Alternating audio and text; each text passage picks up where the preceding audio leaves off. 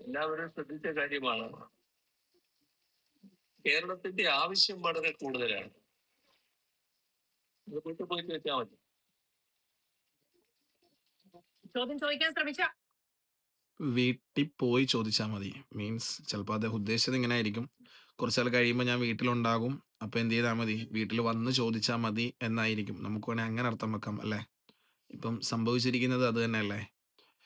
ഇത് ചോദ്യത്തിൻ്റെ വേദിയല്ല. അല്ലെങ്കിൽ പിന്നീട് ചോദിക്കാം. ഇതൊക്കെ നമുക്ക് സ്വാഭാവികമായും മനസ്സിലാക്കാൻ പറ്റുന്ന ചില കോമൻസുകളായിരുന്നു അല്ലേ? പക്ഷേ ഒരു സ്റ്റേറ്റിൻ്റെ CM വീട്ടിൽ പോയി ചോദിച്ചാൽ മതി എന്ന് പറയുന്ന ഒരു ധാർഷ്ട്യത്തിൻ്റെ വർത്താനം അത് ശരിയല്ല. ആ ശരികേടിൻ്റെ മറുപടിയാണ് ജനങ്ങൾ ഇനി അധികാരത്തിലേക്ക് ഏറണ്ട എന്ന് പറഞ്ഞ് വീട്ടിലിരുത്തിയത്. ഇതൊരു സർക്കാരിന് മാത്രമുള്ള പാഠമല്ല കേട്ടോ. ഇന്ത്യയിലെ ജനാധിപത്യ മൂല്യങ്ങളെ വിശ്വസിക്കുന്ന രാജ്യത്തെ ഏറ്റവും പ്രബുദ്ധമായ കേരളം എന്ന സംസ്ഥാനത്തിൽ അത് ഏത് രാഷ്ട്രീയ പാർട്ടികളാണെങ്കിലും ശരി, ഈ തരത്തിലുള്ള ധാർഷ്ട്യ വർത്തമാനങ്ങൾ സ്വഭാവം നമ്മൾ പൊതുനിരത്തിൽ പൊതുമധ്യത്തിൽ സമൂഹത്തിനോട് പബ്ലിക്കിനോട് കാണിച്ചാൽ അവർ മറുപടി തന്നിരിക്കും. ആ മറുപടിയാണ് അവരുടെ കയ്യിൽ വീണ ആ നീലപ്പാടുകൾ.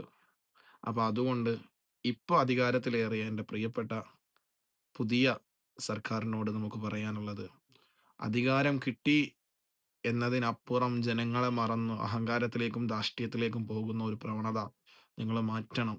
എത്രത്തോളം ലാളിത്യത്തിലേക്ക് വരാമോ, എത്രത്തോളം വിനയത്തിലേക്ക് വരാമോ, അത്രത്തോളം ജനങ്ങൾ നിങ്ങളെ ഹൃദയത്തിലെടുക്കും. അത്രത്തോളം ജനങ്ങൾ നിങ്ങളിലേക്ക് വീണ്ടും അടുക്കും. അതല്ല ഇത്തരത്തിലുള്ള വർത്തമാനങ്ങളാണ് എന്നുണ്ടെങ്കിൽ നിങ്ങൾക്കും ചരിത്രം വിധി ആവർത്തിക്കപ്പെടുക തന്നെ ചെയ്യും.